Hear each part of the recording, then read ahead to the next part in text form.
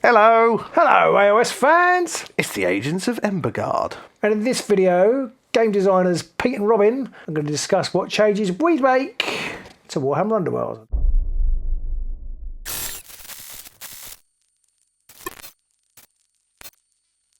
Yeah, Underworld's got an errata in FAQ recently. We weren't happy with all the changes. No, and we're not paid or professional or game designers anyway, but we know best. But mostly we can make videos and put them on YouTube, so that's what we're going to do. Because we know best, and we all know that everybody likes watching a video which is more about what they want to hear than they actually in reality, and that's what we're here for.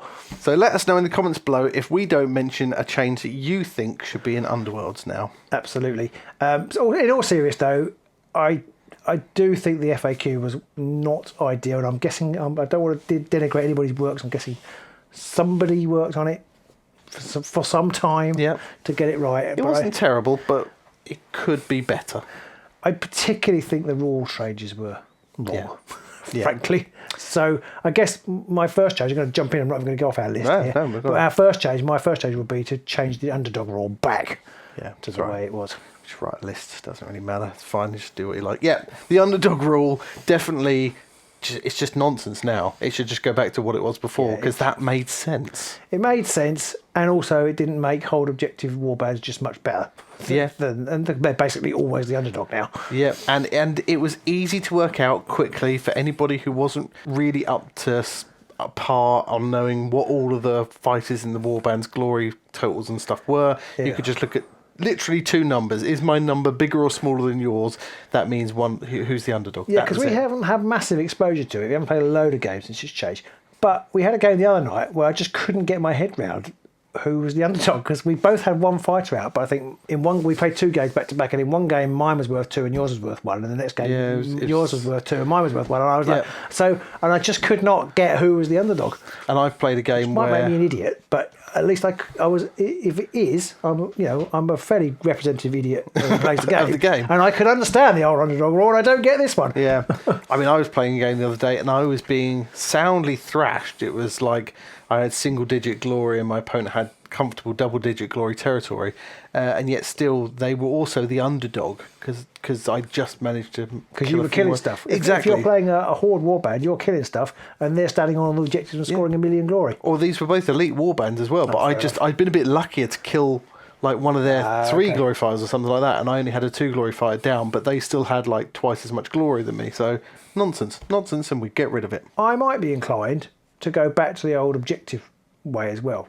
I'm not quite so clear cut on that. Just placing, so the person who places the first objective has to put it in no man's land. I didn't find that broken, no, but I'm not a deep thinker player, so I don't think it was particularly broken before, and it feels more broken now, because if you're an objective player and you want more objectives, or you want to dictate maybe where a few more of them go, if you win that first roll off of the game, you're immediately going to have a more uphill task ahead of you, so that detracts from playing objective based decks. If you win it, and then if you lose it, it's great. It's fantastic, your opponent's going to have more uphill struggle, which is bad to put that down to luck. You've got quite a neat and elegant solution to that problem. Just make whoever wins that first roll off decide whether they want to be the board placer or the objective placer. Yeah, which is how it used to be. Yeah, it used to be that way. So it makes sense if you're an objective-based warband and you lose or you win that roll-off, you might go, actually, you can place the board. You're a more offensive warband. You might place it so you've got more of your hexes nearer me, but I can put more of the objectives where I need them. And that just evens the game up a bit more. Yeah, I don't like a situation where where you can win a roll-off be worse for you. It's like, I don't want that, which is not far from ideal. And that's another thing we change, in that if you win the roll-off later on in the game, or rather if you lose a later roll-off in the game, you have to pick up a card, and most of the time that's great, that's fantastic. But if you're a Realmstone Raider player, that's not good. Yeah, it does really feel like that rule of having to pick one up wasn't made at the same time as they created the Realmstone Raider deck, and there's a very simple fix for that. Just make it optional. If you lose the roll-off, you can go, well, I can pick up a card. 90% of the time, you're going to go, yes, I do want to pick a card up. But if you're a Realmstone Raider player, you're just going to go, no, actually, I shall not. I don't think I will, thank you. Another thing they got rid of with Ember Guard was stagger and guard tokens could not be together. We're not 100% sure if that's actually the best way of doing it. No, I quite like the fact that they were exclusive, and it doesn't really make sense to be on guard and staggered.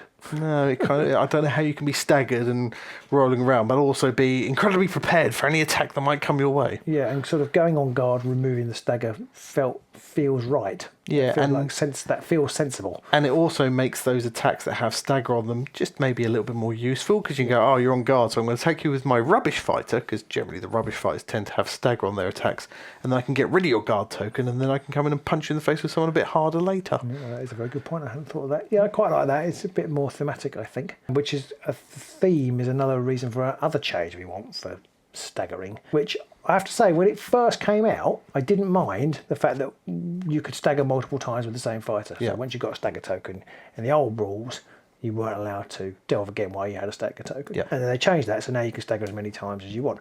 And that, I didn't mind that. It was simple. Yeah. I can see why they did it, because it was simple.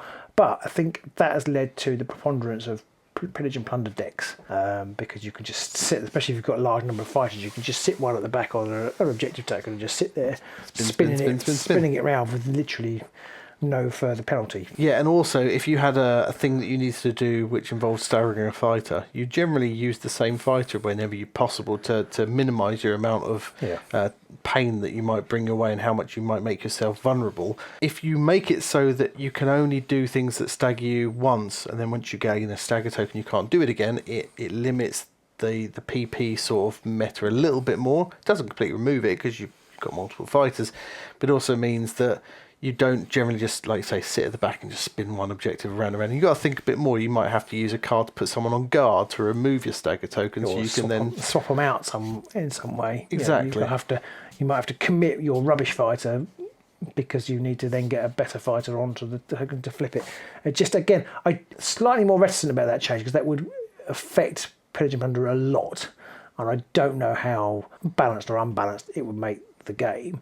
But I think just from a purely as an academic exercise, I think I would prefer it to be back that way. What effect that would have, like I say, I'm not 100% sure. It fits the theme as well. Yeah. You know, guard and stagger do feel like completely opposite sides of the coin, and they are opposite sides of the token. Yeah. So when you go from guard to stagger and back, you've only got one token, you've got to flip, you haven't got to fish around for more. Mm-hmm. So not a bad thing, really, to be honest. No, and they kind of almost imply that you shouldn't have two, the fact that they're on the back-to-back. Yep.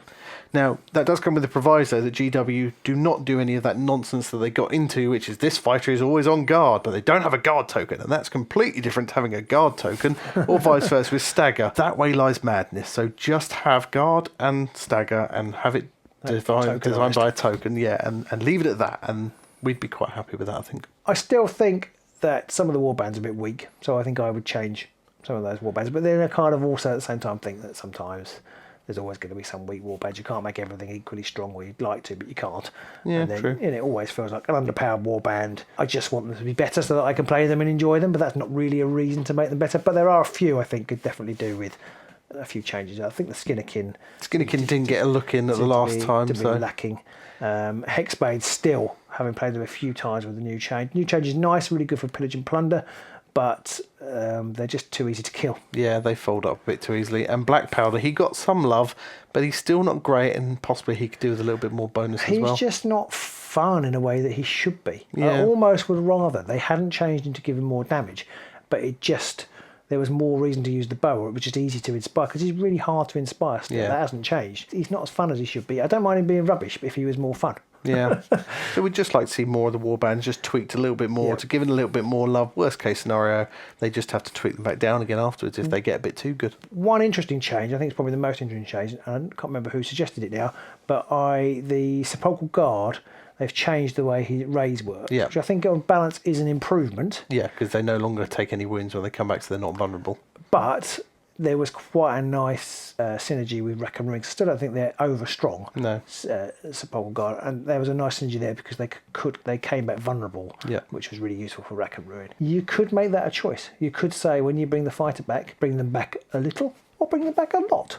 Yeah, yeah. When you place this fighter back on the board, you may place up to 1 wound counter on them or something like that. Yeah, the Sepulchral Warden's like, I can't really bother to raise you properly. No, exactly. Yeah, exactly. Leave half of you in the ground. Yeah, so that would have been nice. Yeah, that would be an interesting choice. Again, I don't know what balance that would have on the game, but I feel like CPG aren't that strong. No, I don't think it would break the game. No, I don't think so. Another one is to take all of those cards from the Forsaken section and move them into the Restricted section, because there's only 3 of them, and to be honest, it's not going to make that much of a difference if you take one of those currently Forsaken cards instead, because you're losing out on all the other options. Yeah, I haven't done a deep dive on that. I think maybe there's one Reckless Fury card I might keep Forsaken, and as you know from our other video, I would definitely forsake Spread Havoc because I don't think it adds anything to the game. It should just be taken out.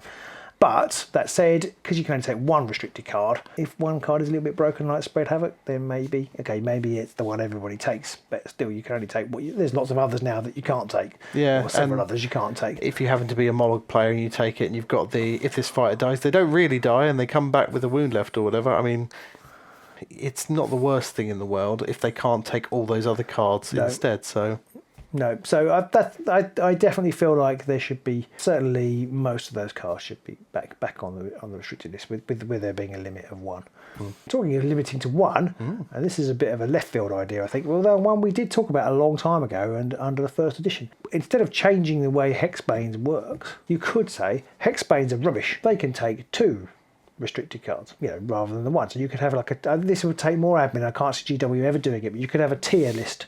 And it wouldn't be a huge amount of admin. Maybe 3 bands, maybe? Yeah, just 3. 2, 1 and 0. Yeah, 0 is an interesting option. But yeah, so your really rubbish warbands can take 2 restricted cards. Yeah. Your kind of middle ones can only take the 1, and then the really, really good super deluxe overpowered ones just aren't allowed to take any restricted cards at all. Yeah, I think at the minute the only warbands that have got a really high win ratio over 50, clear of 50%, is like Gits and I think Jaws of Itzel. Jaws, yeah. So, for Gits and Jaws not being able to take any restricted cards, that could put a dent in their win streak, I think. It would make it harder. They probably, Jaws, I don't know what they get paired with, but probably down to Cataclysm for Spread Havoc. Yeah. So probably they can, the Gits and that can't take it. That's two free glory they can't have. No, exactly. So I think that would be quite a good way of not having to revisit every single band, but you just can put them up or down a tier. You can go, they're winning a lot of games. Let's bring them down a tier so they can only take 1 card instead of 2, or 0 instead of 1. Or this warband's terrible. Let's let them have 2, or possibly even 3 if they end up in the situation where there's,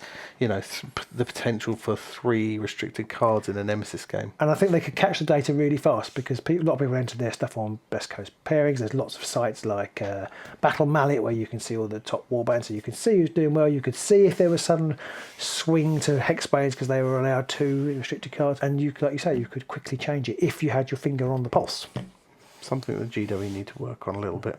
So I think that's all the changes we could easily think of. Yeah, I think those are the big ones that we'd like to see change straight away. Yeah. And if I had the time, I'd definitely like to try those out and see how that impacted the game. But you need to make those kind of things available for a whole community to use to get some fast feedback. There's no point us doing it. We won't be doing it in our tournaments or anything like that because you just can't. No, it gives the potential for abuse that needs to be monitored so that it can be changed quickly. So have we missed a rule change that you'd like to see tweaked? If so, let us know in the comments below. And if you've enjoyed this video, do click that like button. And click that subscribe button. And do ring the bell so you get notifications of all future videos. And if you'd like to get involved with the chats that we have behind the scenes on our Discord, do consider checking us out on Patreon. You will get access to our Discord, 24/7 access to us pretty much, and you'll get to see videos that we don't release on YouTube. I'm not sure 24/7 access to us is a selling point, but maybe it is. And do consider joining if you'd like to find out more. Go to our Patreon page. So we'll see you soon, probably in the Ember Guard.